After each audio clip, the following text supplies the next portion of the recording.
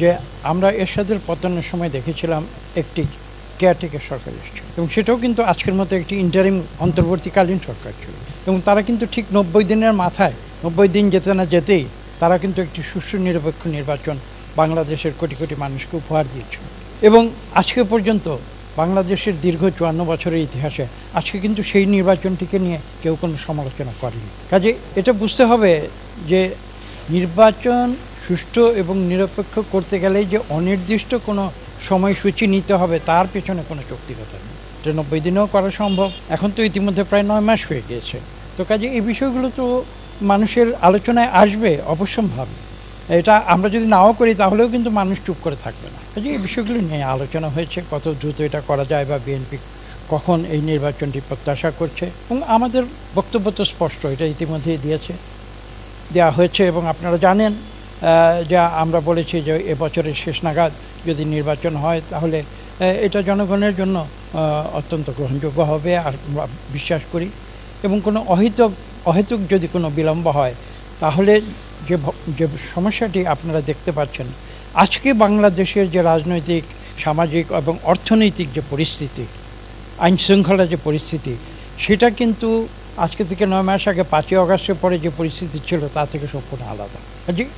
যদি বাংলাদেশের স্থিতিশীলতা কোনো কারণে বিঘ্নিত হয় তাহলে কিন্তু এটা 18 কোটি মানুষের জন্য ক্ষতিকর হবে এবং সেজন্যই আমরা একটি কথা জোর দিয়ে বলেছি যে জনগণের যারা সত্যিকার প্রতিনিধি এবং সেই জনগণের সত্যিকার প্রতিনিধি যেটা নির্ধারিত হতে পারে একমাত্র একটি সুষ্ঠু এবং নিরপেক্ষ নির্বাচনের মাধ্যমে, সেই নির্বাচনটি যত শীঘ্র হয় তাহলেই আমরা বিশ্বাস করি সেটা বাংলাদেশের জন্য।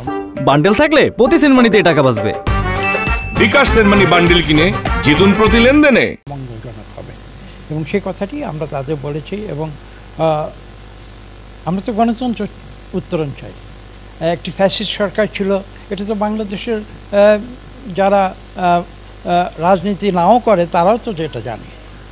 কাজেই সেই পরিস্থিতি থেকে আমরা বের হয়ে এসেছি ছাত্র জনতার আন্দোলনের মাধ্যমে, এটা বাংলাদেশের মানুষের গৌরব এবং আমরা চাই যে এখন এই অন্তর্বর্তীকালীন পরিস্থিতি থেকে যত দ্রুত সম্ভব আমরা একটি সুষ্ঠু নিরপেক্ষ নির্বাচনের মাধ্যমে একটা গণতান্ত্রিক প্রক্রিয়ায় ফিরে যেতে পারি, যাতে করে দেশের মানুষের সত্যিকারের কল্যাণ সাধন হবে। দেখুন এই প্রশ্নের উত্তরে তো একটা খুব সহজ যে কথা, সেটা হচ্ছে আওয়ামী লীগ নিষিদ্ধ হবে কি না হবে সেটা তো বিএনপির বক্তব্যের বিষয় নয়। একটা নির্বাচন কমিশন সিদ্ধান্ত নিতে পারে, সরকার সিদ্ধান্ত নিতে পারে, যেসব রাজনৈতিক দল আওয়ামী লীগ নিষিদ্ধের কথা বলছে তারা তাদের বক্তব্য বলেছে। কাজে এখানে আমরা বিএনপি হিসাবে তো আমরা এই সিদ্ধান্ত নেওয়ার মালিক নয়। আমাদের মহাসচিব তো ইতিমধ্যে বলেছেন যে জনগণের সিদ্ধান্তর বিষয় এটি এবং জনগণ সিদ্ধান্ত নেবে কারা নির্বাচন করবে কি না করবে। এটা হচ্ছে আমাদের যেটা বক্তব্য। তার সঙ্গে আমি নিজেরও একটি বক্তব্য যোগ করছি।